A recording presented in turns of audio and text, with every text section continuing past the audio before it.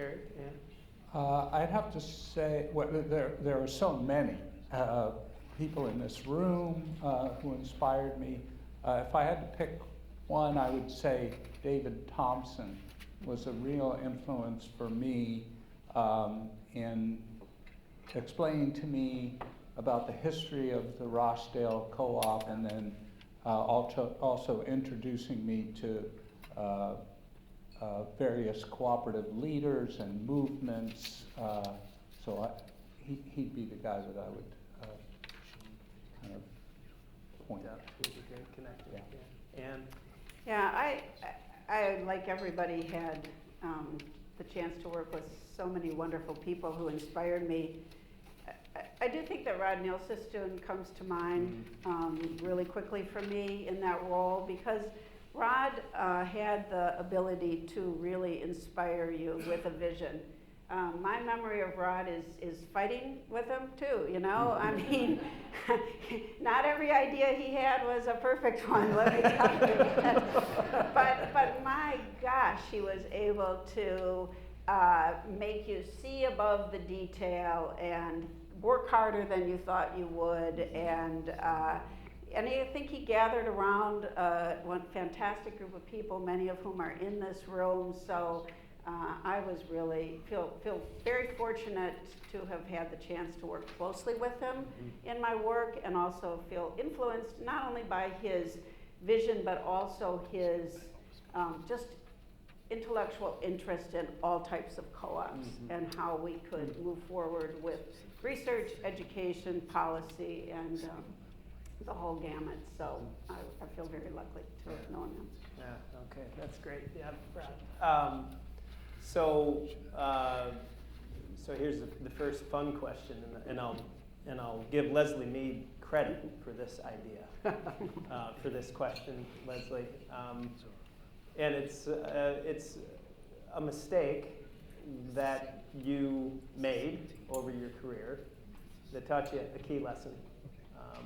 At least I'll say, I'm not going to name the mistake, but as you're cogitating on that, that for me, many times the most impactful lesson, the ones that really change the way I go about doing things, is when I made some kind of mistake. And I just wonder, but perhaps with this august group here, there'll be nothing to say on this front, but if there is, go ahead and respond.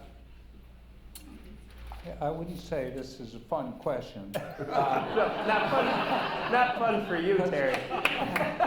Generally, these these mistakes lead to, especially within co-ops, a lot of turmoil and turning the co-op upside down.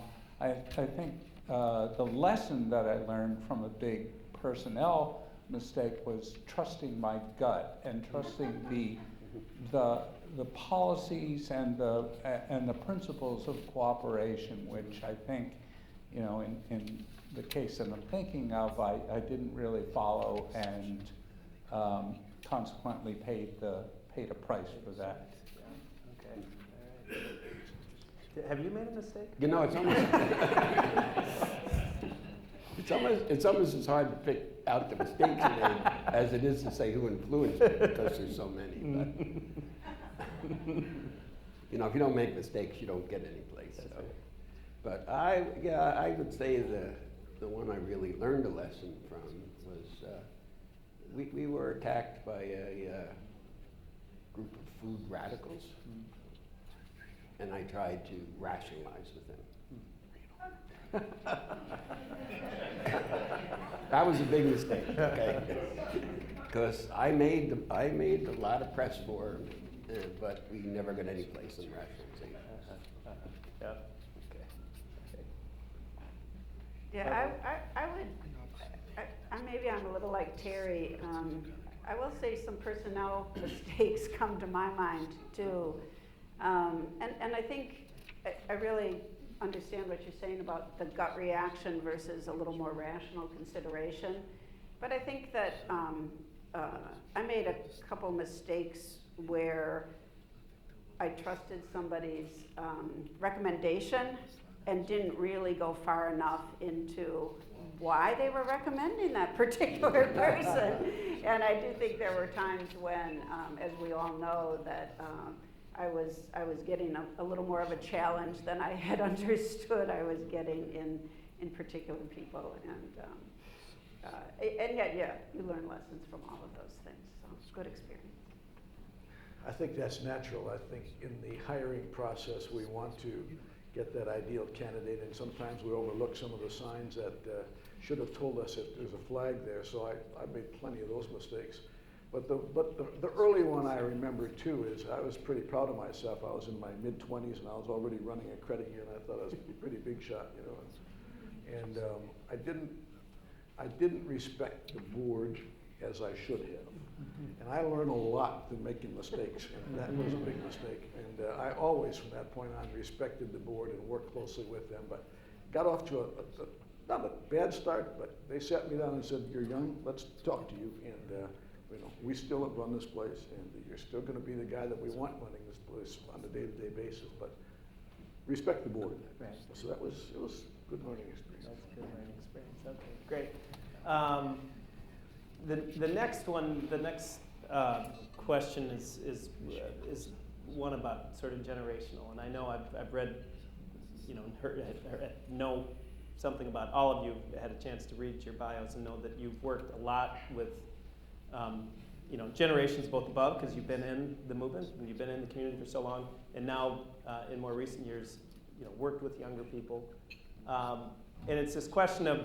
It was mentioned in the panel earlier today that the generations that are coming into the workforce and coming into leadership now, you know, we have a feeling, particularly among cooperators like us, that, well, they must have an affinity to cooperatives for a lot of good reasons, and I think that's true.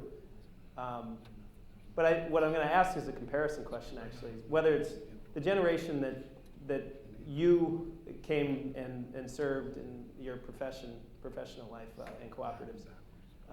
Or for some of you, probably that generation ahead of you was the greatest generation. And my observation that when you step back and you look at when co-ops went to scale in a number of these, it was the greatest generation that saw that, you know, the greater community outcomes, and they were willing to really put that social capital into it. So this is a long setup. What you know, for this next, for the oncoming leadership, for the 20s, early 30s, something. You know, what are your observations of what you're seeing?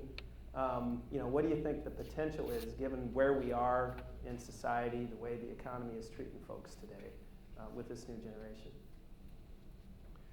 Seems to me that although we had a really passionate age group and enjoyed a lot of success doing what we were doing, the workforce today, the younger workforce today, is looking for a career with meaning. Mm-hmm.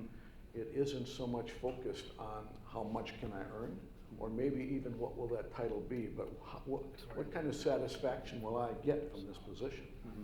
Boy, if that doesn't play into the cooperative market, I don't know what does. So I think what I see and what I'm hearing is that we have an opportunity to really grow the cooperative movement through the passion that these young people have or will acquire if they understand this is going to meet their test for doing something meaningful in life. Mm-hmm. That they're going to be able to help people with every transaction, whatever it is, as opposed to helping to make a profit for somebody else. I think new generation's perfect for our world. I mean, I would sort of echo what Dick said. I mean, they do. I mean, they have some downsides. Okay.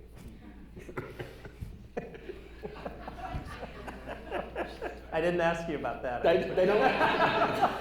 They don't want to come to work at 2 o'clock Sunday morning when the plant breaks down. Right. But on the other hand, they do sort of fit the co-op mold. Okay, they want a career with some meaning, most of them, which really kind of fits the co-op mold. And a lot of the efforts were involved in, like, sustainability and, you know, community outreach and all of that. While the older generation might have said, yeah, why are we doing some of that stuff? That's all with the younger generation. So it really kind of fits into the co-op model. So I think it's real positive for the co-op model. And I just wish we could communicate the co-op model to millennial consumers and people out there so they would know what co-ops mean. Other observations? Yeah, I guess my daughters aren't here, so I can say just about anything I want. This is going to be taped and put on. No, and I do base this on them a little bit, but I also base it on just my great experience of teaching for almost 10 years at UW-Madison.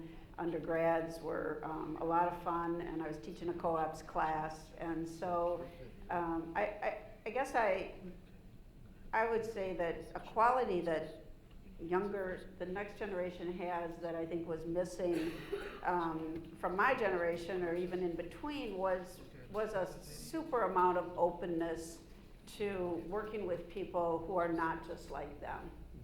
And working with them and working for them and translating that passion for sustainability and a vision for a changing world into interpersonal relationships that I think are really, it's really exciting to see young people's commitment to just having dropped that whole burden of he or she is not like me, and so I don't want to have anything to do with them. And so that's my hope for this next generation. Yeah, great. Thanks, Terry. I think the next generation is going to have some incredible problems that they're going to have to figure out how to solve. Climate is just one of them, and the cooperative answers, I believe that the solutions are there to be found. And one of the ways I think that we have to inspire is by presenting the history of cooperatives in meeting challenges. Read the history of the Berkeley Co-op. Read the history of the Federation of Southern Cooperatives. Figure out how rural electric transformed rural areas. And I think that's a start, something that we have to give to the next generation are those stories. You know, and if I may expand on that, the cooperative model is not taught in schools. It just isn't there. When you take money and banking classes, the word credit union is never mentioned. And so the people that are in that space and would like to have a meaningful career don't understand that the cooperative opportunity through credit unions exists.